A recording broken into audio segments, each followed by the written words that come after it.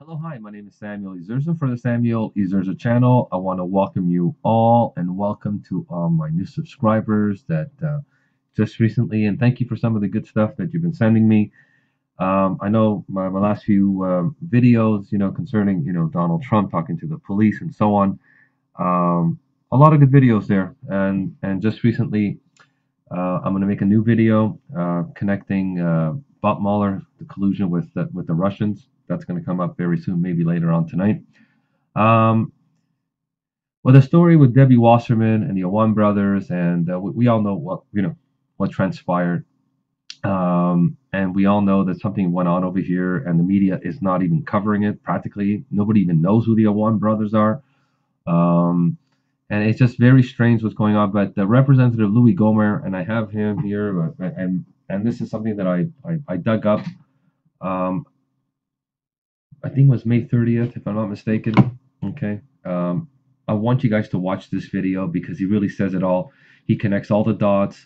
He connects Debbie Wasserman Schultz with the Clintons, with Seth Rich, with the Muslim Brotherhood, you name it. And basically, like I said, it's very explosive. These are the IT Awan brothers, from Pakistan, and the only reason why is they just got caught, transferring money out, and they were still on the payroll. I mean, how did these IT guys, probably not even that good, anyways, make it like $5 million? The brothers were, barred from the computer networks and the House of Representatives Thursday. The Daily Caller News Foundation investigating group has learned three members of the intelligence panel and five members of the House Committee on Foreign Affairs were among the dozen members who employed the suspects, on a shared basis.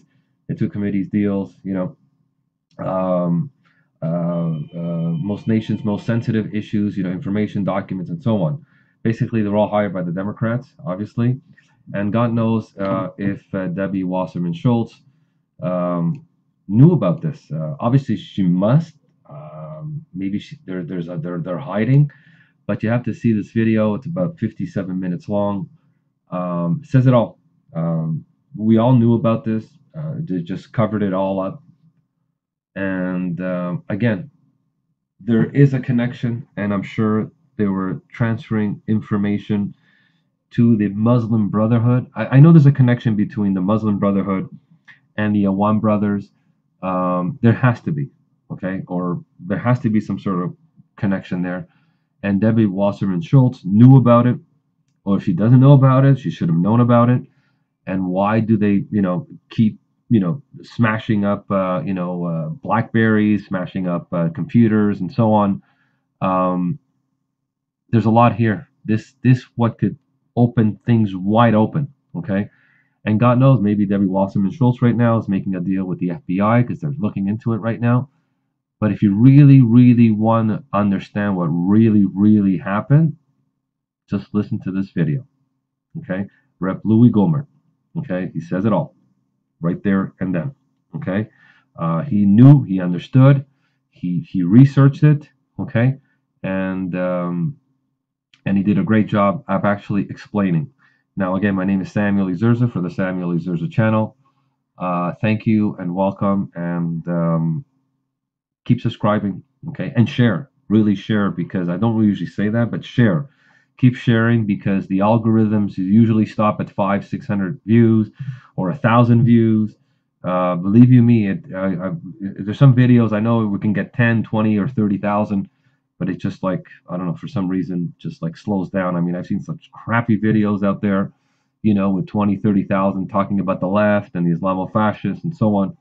But when it comes to the real news, or the alternative news, or or the news that people really want to hear, if for some reason, I'm 1,000% sure that the algorithms are kicking in, especially some of my videos out there. I really feel it. I've been around here for many years. I know what videos will do well, and I know what videos will not do well. Sometimes some videos surprise me, yes, but and I'm not crying wolf here. I'm just trying to tell you that this video should have gone viral. It only got like 1,500 hits. Um, anyways, take care. God bless. God bless the Republic.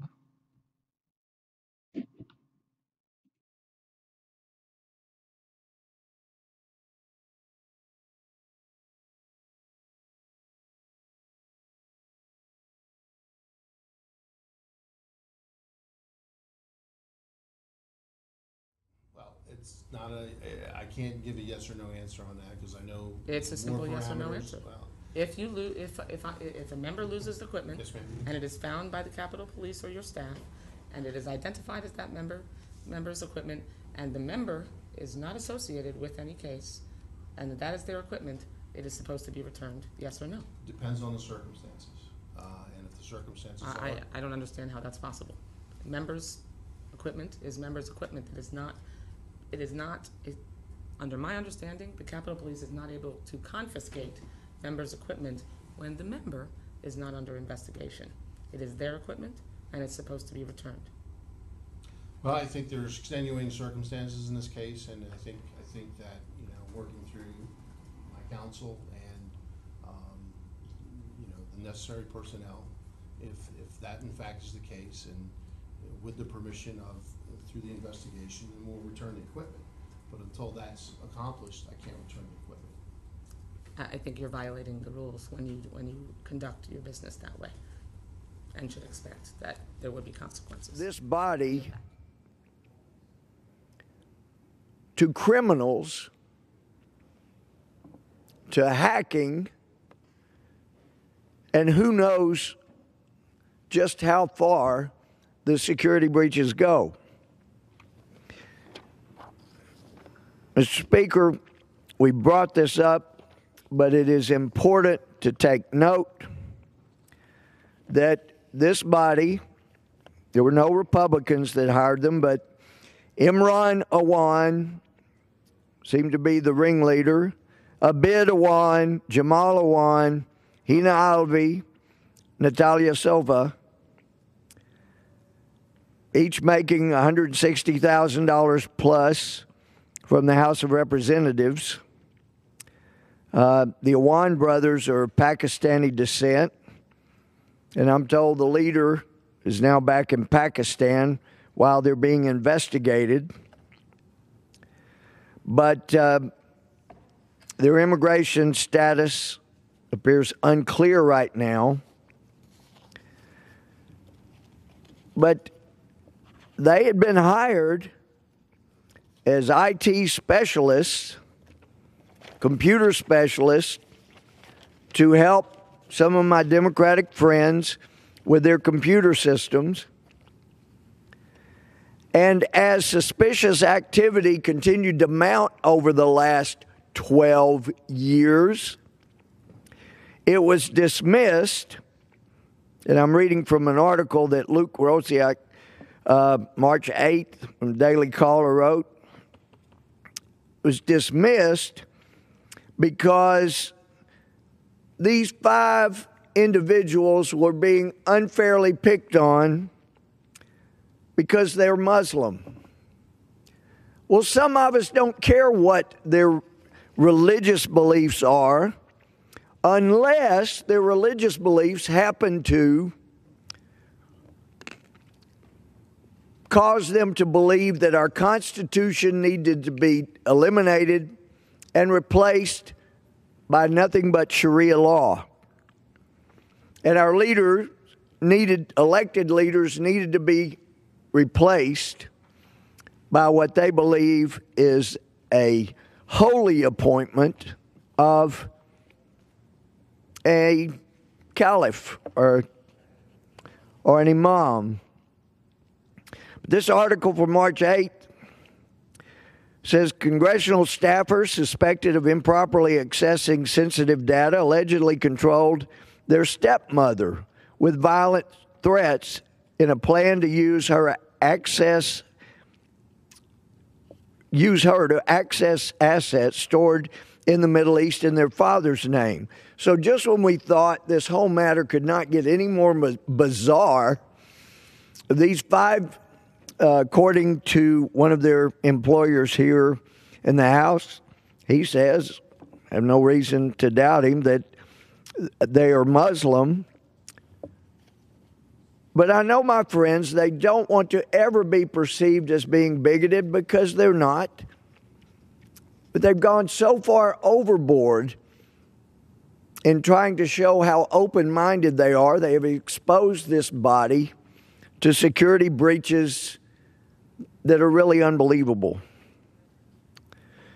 And I understand from my friend Devin Nunes that, these individuals were not, best they can tell, ever given access to the classified material in the separate classified system that the Intel Committee has. But this article says, days before U.S. Capitol Police told House members 3 Pakistani brothers who ran their computer networks, talking about running the Democrats' House members' computer networks, may have stolen congressional data. Their stepmother called Fairfax County, Virginia police to say the Democratic staffers were keeping her from her husband's deathbed. A relative described her situation as being kept in captivity by the brothers for months while they schemed to take their father's life insurance. The brothers, who as IT professionals, computer experts for Congress, could read House members' emails and also have full access to their calendars, who they were meeting with, where they were meeting.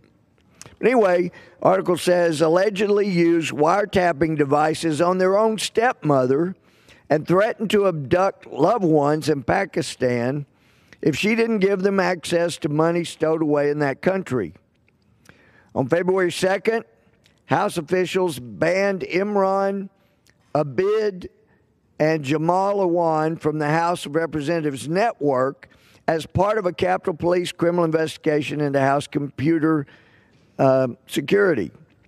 Longtime employers include, and it's been in the news, our friend Congresswoman Debbie Wasserman Schultz and others, their name, but have stood by these suspected criminals. But they did say they had access to their data. They say, we've seen no evidence that they were doing anything that was nefarious, like steal or hack, but were being unfairly picked on for being Muslim. But a Fairfax police report obtained by the Daily Caller News Foundation investigative group says that separately from that investigation, on Thursday, January 5th, 2 p.m., Samani Galani called police after her stepchildren were denying her access to her husband of 8 years, Mohammed Shah, who is currently hospitalized, and police responded to the Springfield home she shared with him. I made contact with her stepson, Abid, who responded to the location and was obviously upset with the situation. He stated he has full power of attorney over his father and produced an unsigned, undated document as proof, the officers wrote. And then the officers say he refused to disclose his father's location. So he didn't even have a signed power of attorney, yet continued to assert.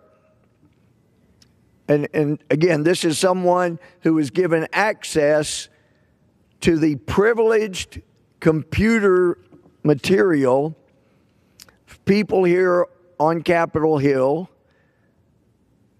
And I'm told by other IT professionals that do work here that if you know what you're doing and you have access to even one Congress member's computer, which means their calendar, their emails, notes taken and stored on the computer about meetings, then it's very easy, if you're good, to access virtually anybody else's information here in Congress. And I was told some time back by one of my friends in intelligence that at one time there was concern about positions I had taken, like in support of Egypt and against the Muslim Brotherhood, and that there were those who were monitoring people that came to my office. They knew, I was told, they know everybody that walks into your office. So when you see these kind of reports, Mr. Speaker. It's a little disconcerting. And it's disconcerting that people are not more concerned here in this body about the potential for the kind of breach that's being stated here. Anyway, the article goes on. The father died days later, with his children denying him a final moment with his loved one, and the body was taken to Pakistan, where there were significant assets in their father's name. Gilani was shocked to learn that his death certificate, that of her husband, listed him as divorced, according to a relative of Gilani's. The relative spoke only on condition of anonymity. Quote, they kept their stepmother in sort of illegal captivity from October 16th, 2016 to February 2nd, unquote. The relative said, telling her they were in charge of her life and said she was not allowed to speak to anyone.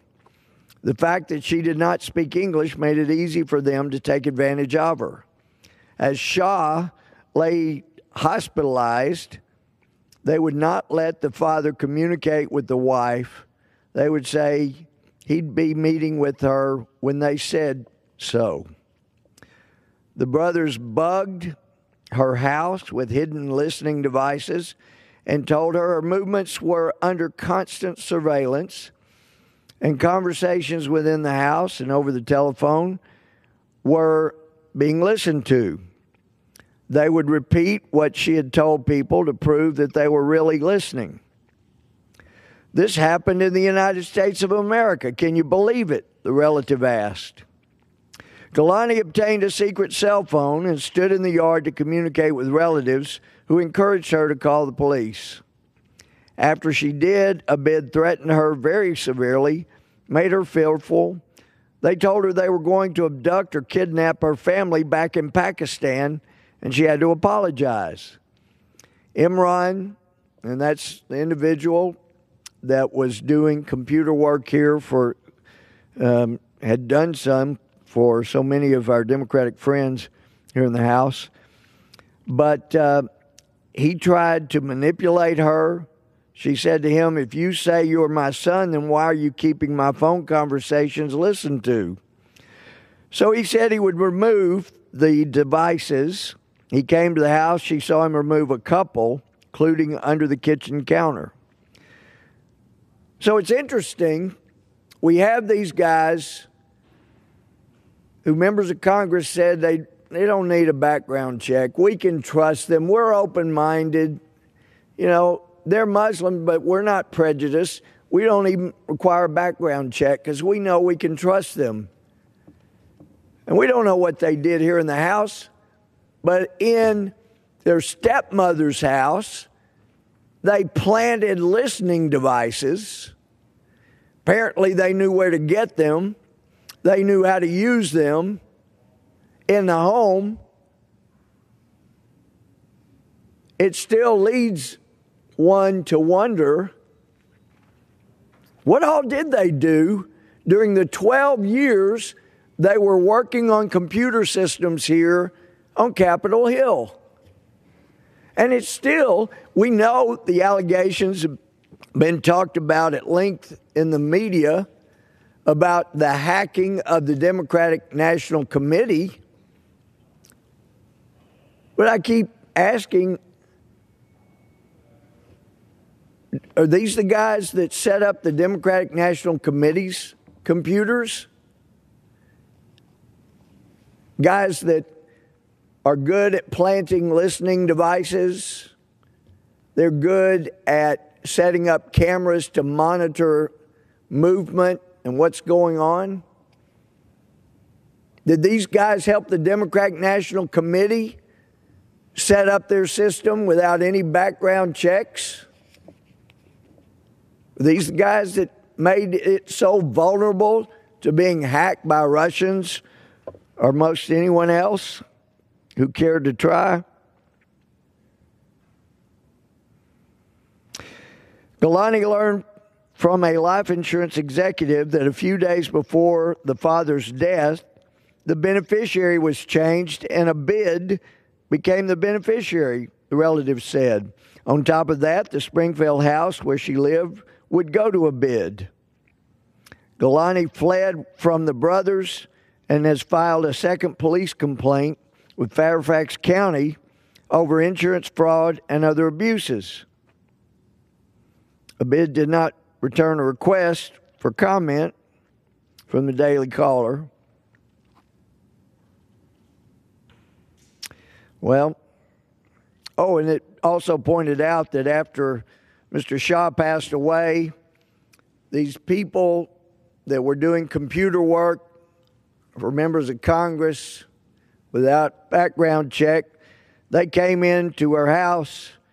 She said whatever documents were there, they stole, along with a couple of laptops that were their father's property, and they left for Pakistan. Now, I'd heard somebody should have known that the ringleader here that headed up the computer company that serviced so many of the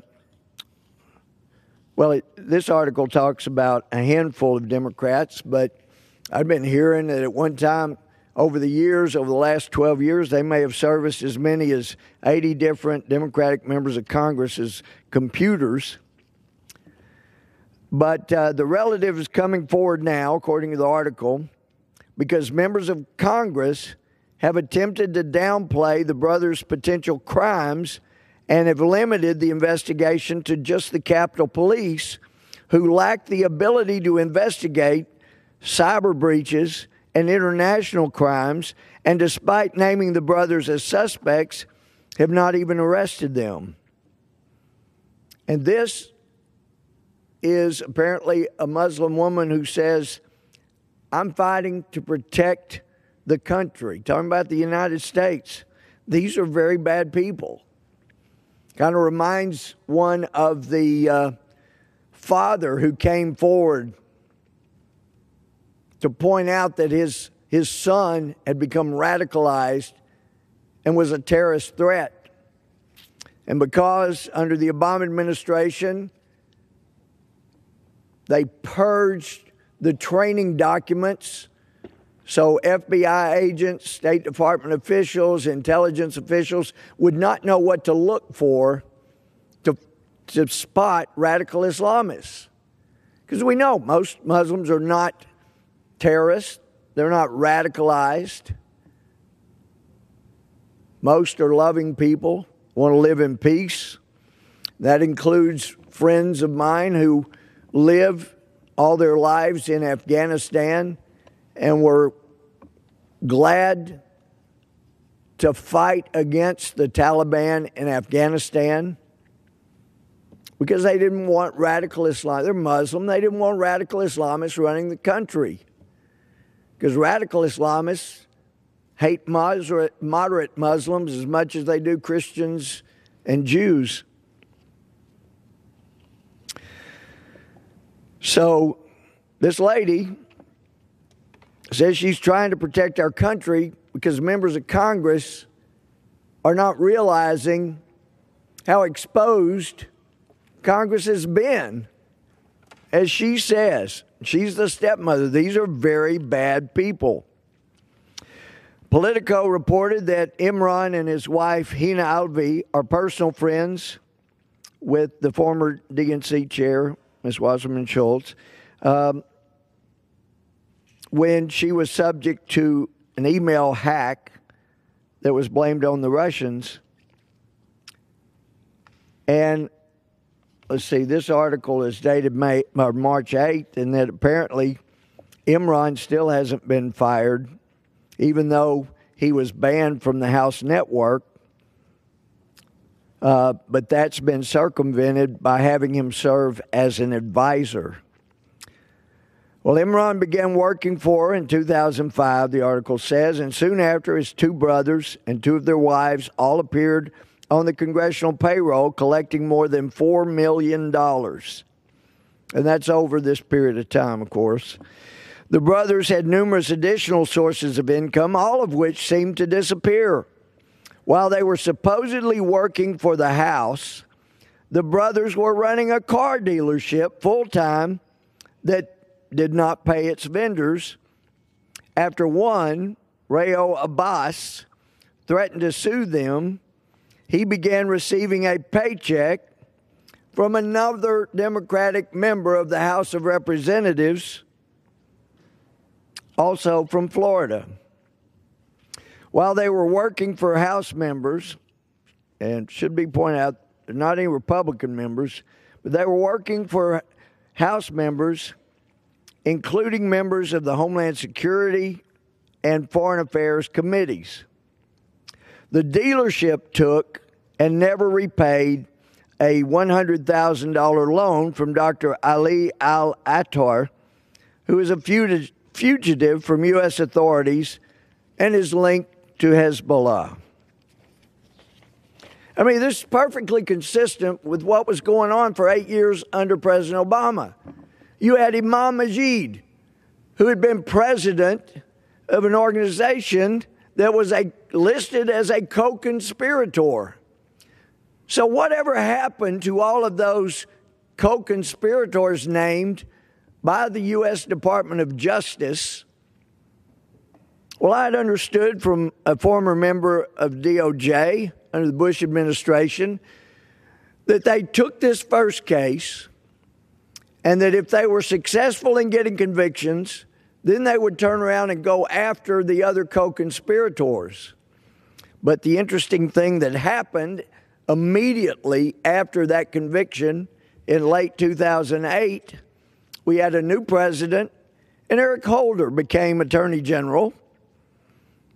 And Eric Holder had no interest in prosecuting the named co-conspirators of those convicted of supporting terrorism. So we spent 8 years with the Obama administration listening to people who are identified, not just being part of, but leading co-conspirator groups and supporting terrorism. And, of course, an American citizen by birth. His parents were both from Yemen. They came here on visas. He was born. They went back and trained him to hate America. As I first pointed out, had been occurring 7 years ago after a friend in an international setting advised me that this person knew of radical Islamic leaders who sent their wives to the United States to have babies so they could bring them back, teach them to hate America, and they'd be American citizens. They could come in and out at will. And I know CNN refused to do proper investigation. They like name-calling better than doing proper investigations. And our nation is threatened by people that hate us.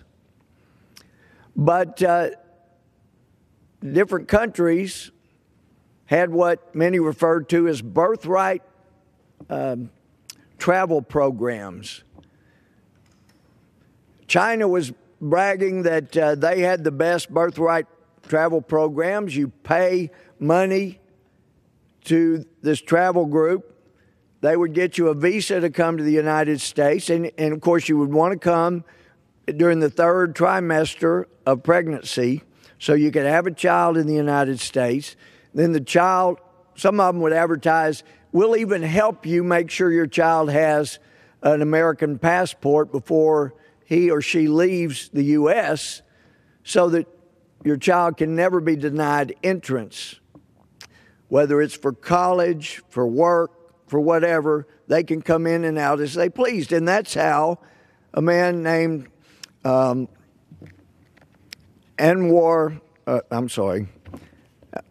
Awlaki, American citizen, helped the Clinton administration, helped the Bush administration, and I had someone that was working one time for the Obama administration advised me that, the Obama administration was really upset because they thought Anwar al-Awlaki was helping them as kind of a double or maybe triple agent. And when they found out that he was not actually helping the United States, he was still helping radicalize individuals, was behind some of the radicalization of people that went on to kill Americans in the United States. With all of those ties, in fact, there's photographs of him leading right here in this building in which I stand, Mr. Speaker, leading Friday prayers with Muslim staffers here on Capitol Hill, leading those prayers. So President Obama thinks that with all his ties to people in his administration, to people on Capitol Hill, this guy, American citizen, free to come in and go as he wishes, was so dangerous, we could not possibly allow him to come back and have a trial where he could testify about all his connections to people in the Obama administration or Bush or Clinton administration. This guy is so dangerous, we better blow him up in Yemen, silence him forever. We don't want to give this guy a trial. Silence him forever, the first American citizen to be ordered killed by a president without a trial with a drone strike. That was Anwar al-Awlaki. There's so many others. Heck, Muslim brother, former president of Egypt, who was removed by ordered removed by the largest gathering of peaceful demonstrators in the history of the world. These were incredible Egyptian people, Muslims, Christians, Jews, secularists, all joined together to demand the removal of this corrupt, evil Morsi. Even though we did have Senator McCain fly over there and demand the Egyptians release this Muslim brother from prison and put him back in charge, he was on his way to becoming what Chavez was to Venezuela. He was about to be to Egypt. So it wasn't just Democrats that were fooled. But thank God, thank God that the Egyptian people would not have it. Morsi claimed to have had 13 million or so votes, but the Egyptians tell me, when I've been over there visiting with friends, that they knew there was a lot of fraud, that he probably did not get elected with the majority of the votes. But the Muslim Brotherhood made clear to his opponents and those who wanted him removed, if you try to remove Morsi, we will burn this country down. And when Morsi was removed, the Muslim Brotherhood tried to do that. They burned many churches, dozens of them, attacked synagogues, and then they tried to blame this on the army in Egypt and others, but it was very clear this was the Muslim Brotherhood carrying out their threat that if you remove the Muslim Brother leader, Morsi, from presidency before he took all control, while he was taking his commands from an imam, a religious, wholly radicalized Islamist, I'm told they had him on video taking orders from such an imam. Well, he didn't get back into power, and they recognized the Muslim Brotherhood as a terrorist group. And my friend Ted Cruz has filed a bill with many co-sponsors, I understand it. We filed one here in the House to recognize the Muslim Brotherhood as a terrorist organization that it is. And I know that replacing Obamacare as a system for taking care of people's health is a priority for so many of us, but we have got to multitask and not lose sight of the fact that we're still under the threat of radical Islam. They still want to kill us. They still want to eliminate our way of life here in the United States. So while we are hopefully about to create a better health care system in the United States, we got to make sure the United States is protected.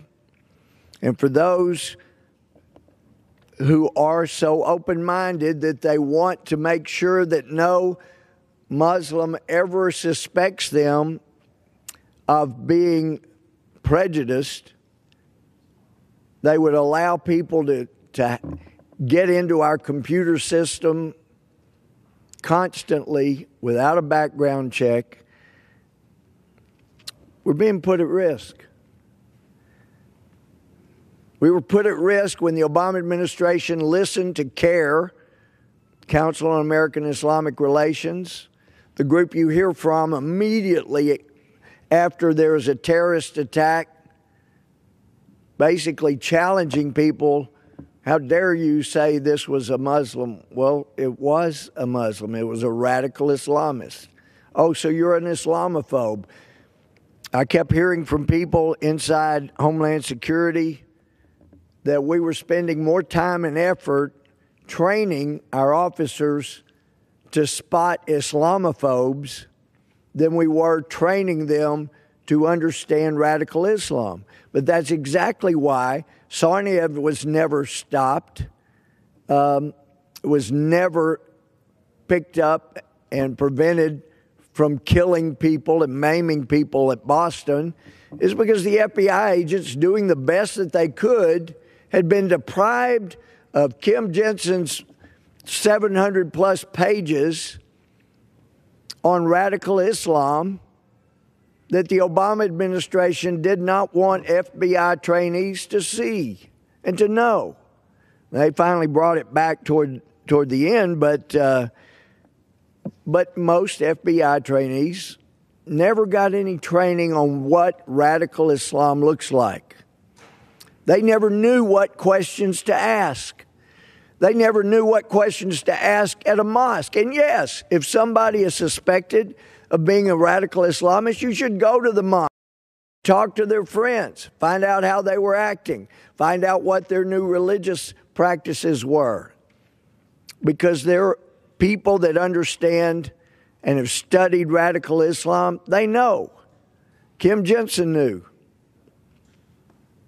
So I'm very hopeful people like Kim Jensen will be given free rein to once again fully train our Justice Department officials.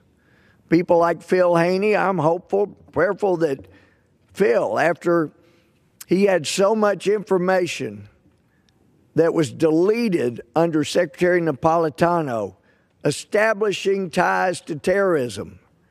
Well, they wanted them deleted because many of them had ties with the White House.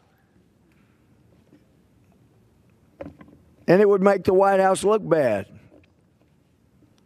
But when Secretary Napolitano talked about, we get pinged and then we connect the dots, well, she oversaw the elimination of dots.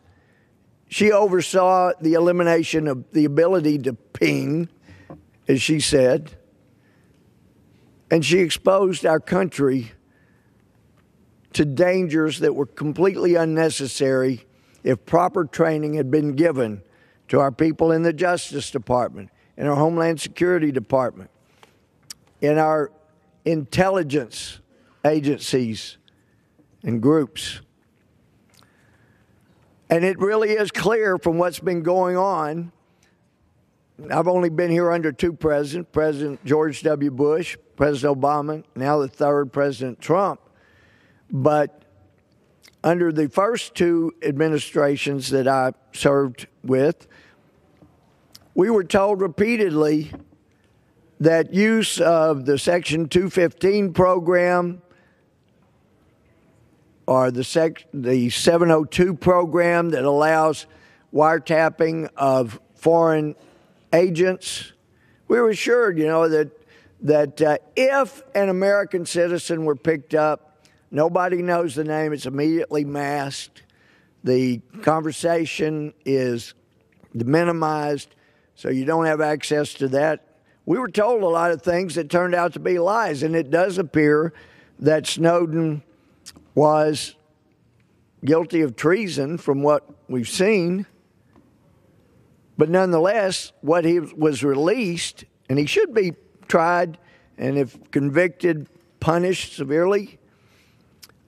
But I sure learned a lot from what got released. I learned that we were lied to during the Obama years about what was or wasn't being done in surveilling American citizens. And at least the last part of the Bush administration, and it could be the presidents didn't know, but somebody knew.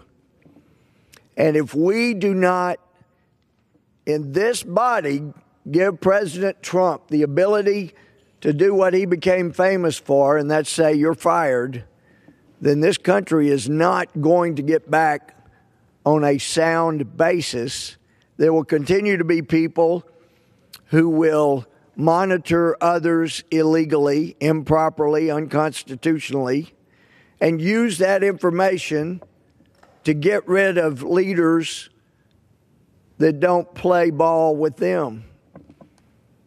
And that is dangerous. When we hear of foreign intelligence people who are corrupt, spy on their own people, and they are impressed with what was going on under the Obama administration and feel like that was a dream come true for anyone in intelligence to be able to monitor the people of a country like has been going on.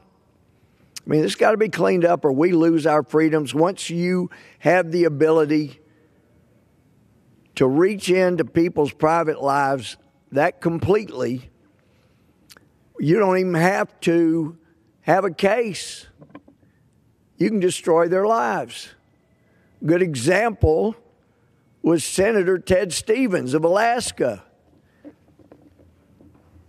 Somebody should have gone to prison for what happened to that man. As a former prosecutor, judge, chief justice, we prosecuted people as a prosecutor. I sentenced people who were convicted when I was a judge. I ruled on convictions when I was a chief justice. We had to make sure due process was followed and people got a fair trial. Evidence was not obtained illegally. But in Ted Stevens' case, I know when I read that he had this addition, I can't remember now, I'm going strictly off recollection, but like $700,000 or so improvements to his home.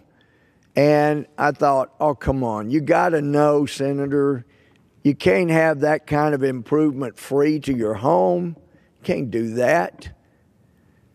But they came in with search warrants, took all of his documentation.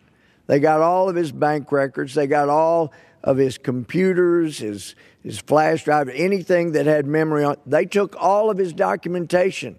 The man could not defend himself. He had, as it turns out, proof that he overpaid, maybe by $500,000, overpaid, and that the prosecutors that had material, a note, as I recall, a note saying something like from the contractor, look, you're overpaying me.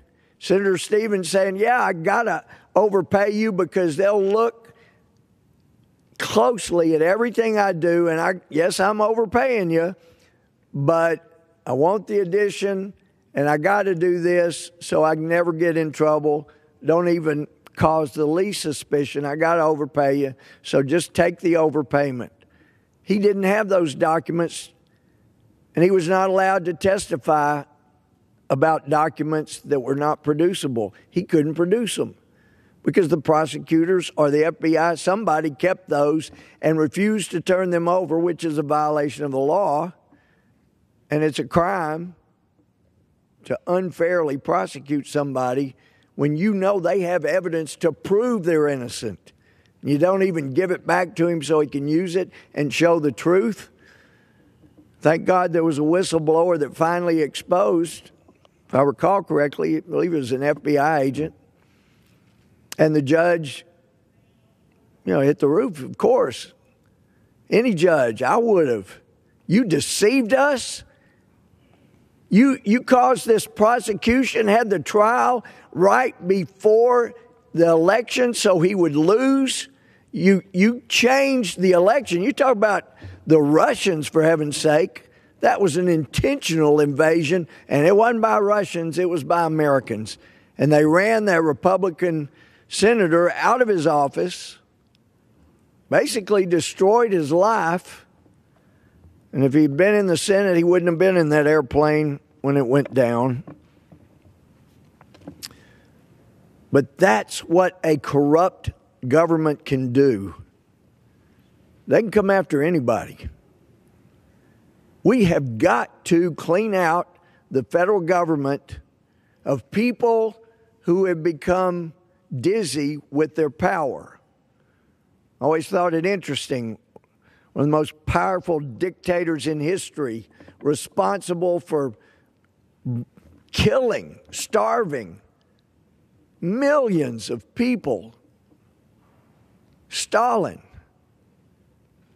One of his quotes was, "With power, dizziness." Well, we got a lot of dizzy people working in the federal government. Thank God that there are not more of those than there are people that love America, that really do keep their oath to the Constitution. But it has become very dangerous. And we have got to get to the bottom of this. And I have people say, "Louie, aren't you worried? I mean, you're talking about people that can destroy a senator, can destroy all kinds of people. Aren't you worried they'll come after you, try to destroy you the same way?" I am more concerned about my country. We have got to salvage this country's freedoms from the brink that it came to under the Obama administration.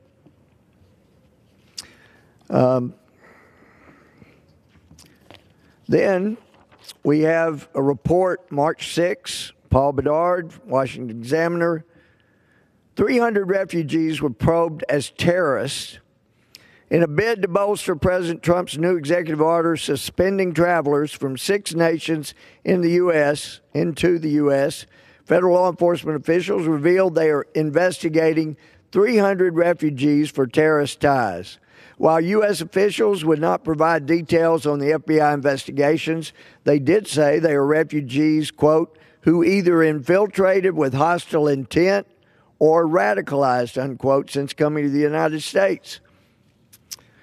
So these investigations are ongoing, and I heard yet again this week, a number of times, some of my friends across the aisle would say, "Look, these refugees are not a problem. They're vetted for 2 years. We don't have to worry about them." Yes, we do. We've already seen people that came in as refugees, people that were granted asylum. A couple of them, I believe there was Tennessee or Kentucky, where they got asylum.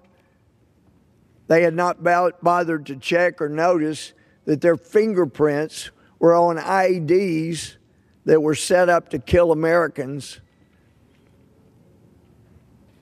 So this 2-year vetting, where always, oh, no, it's a long, tedious process to make sure they're okay. Well, I found out this week from an official with Homeland Security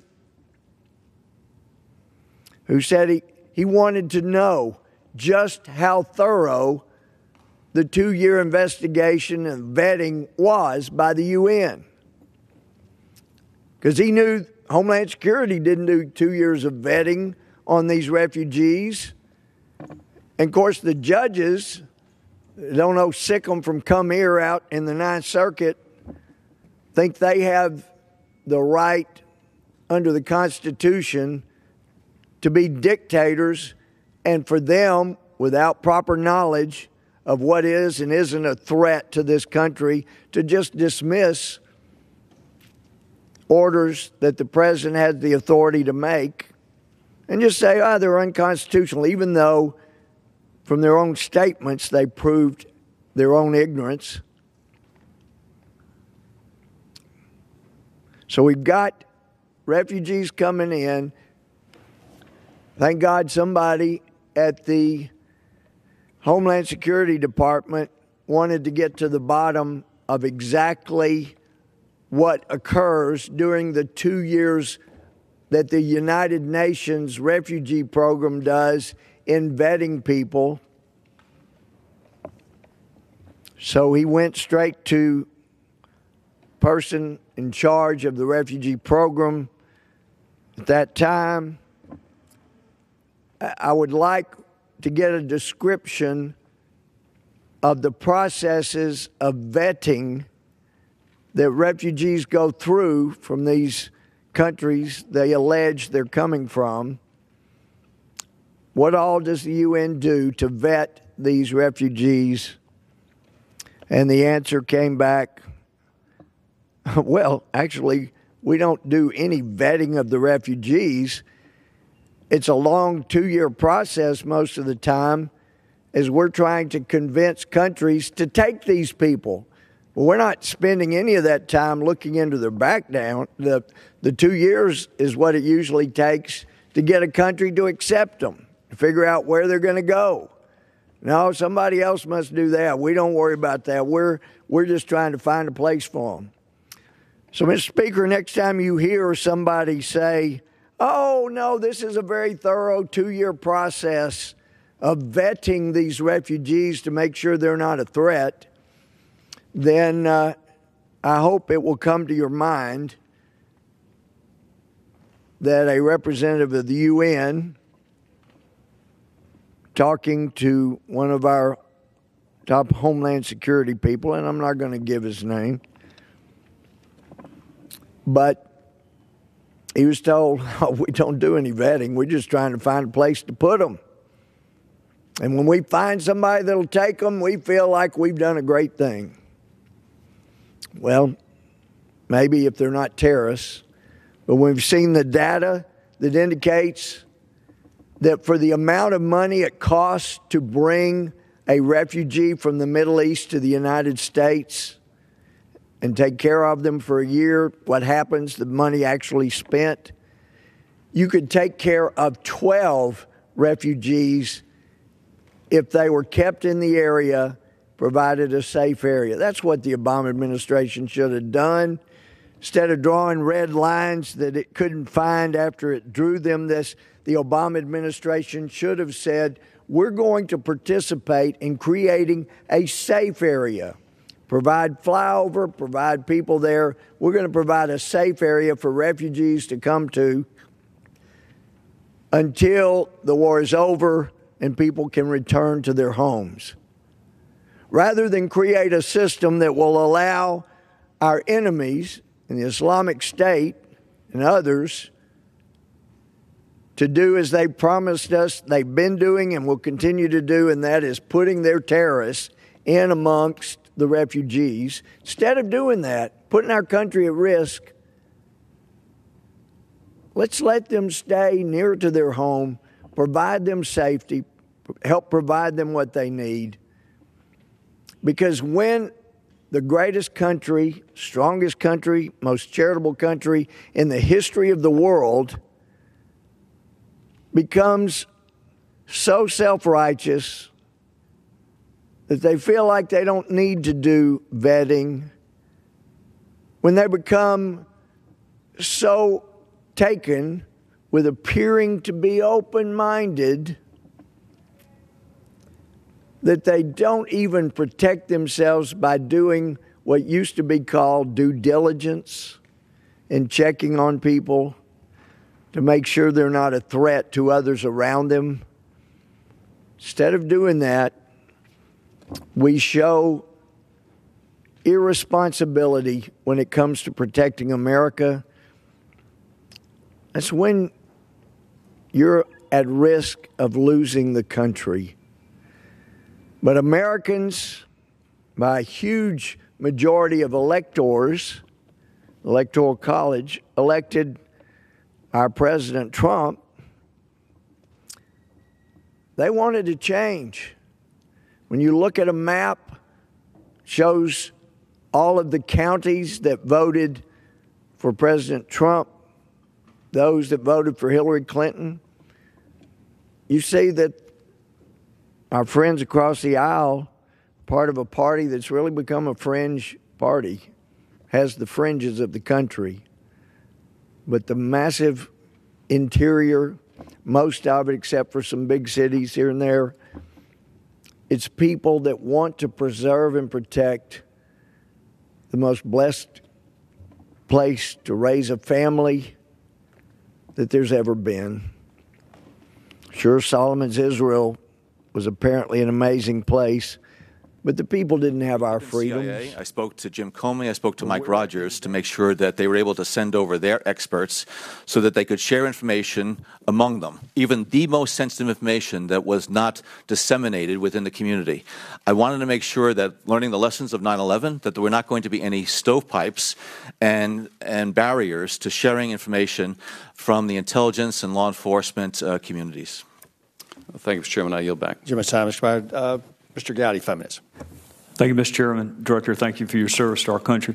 Let's go back to where we were a couple of minutes ago. You mentioned, or you testified, that you had a conversation in August of 2016 with your Russian counterpart. You testified that you briefed at least 8 members of Congress throughout the pendency of your investigation when you learned of Russian efforts. And we'll get to that in a minute, because my understanding from your unclassed report is Russia has historically attempted to interfere with our electoral process, and they did so without coordination, collusion, or conspiring with any of the candidates. So they have a history of doing it. We'll lay that aside for a minute. 2016 electoral process.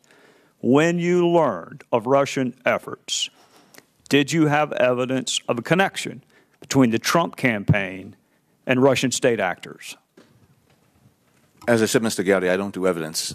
And we were uncovering information and intelligence about interactions and contacts between U.S. persons and the Russians. And as we came upon that, we would share it with the Bureau.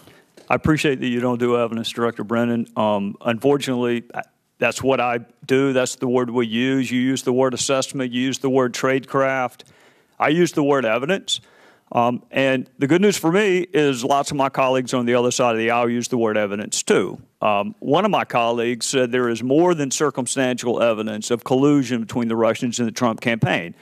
Now, there are only 2 types of evidence. There's circumstantial and direct. So if it's more than circumstantial, by necessity, it has to be direct. Those aren't my words. Those are the words of one of my colleagues on the other side of this very committee. Another Democrat colleague on the other side of this committee also used the word evidence, that he has seen evidence